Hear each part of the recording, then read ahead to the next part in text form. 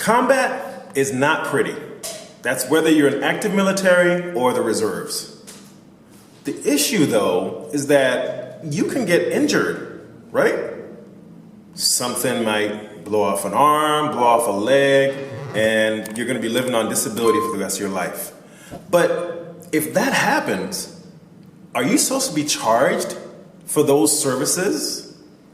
Disability and other veterans type services are supposed to be arranged for you for free, but you've got shysters out there who are conning people out of thousands and thousands of dollars saying, yeah, we'll take care of your veteran services for you, including disability, if you pay X amount of dollars.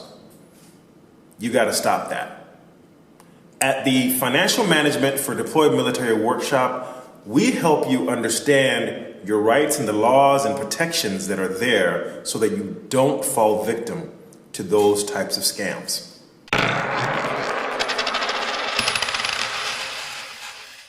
Thanks for watching. A registration link is in the video description.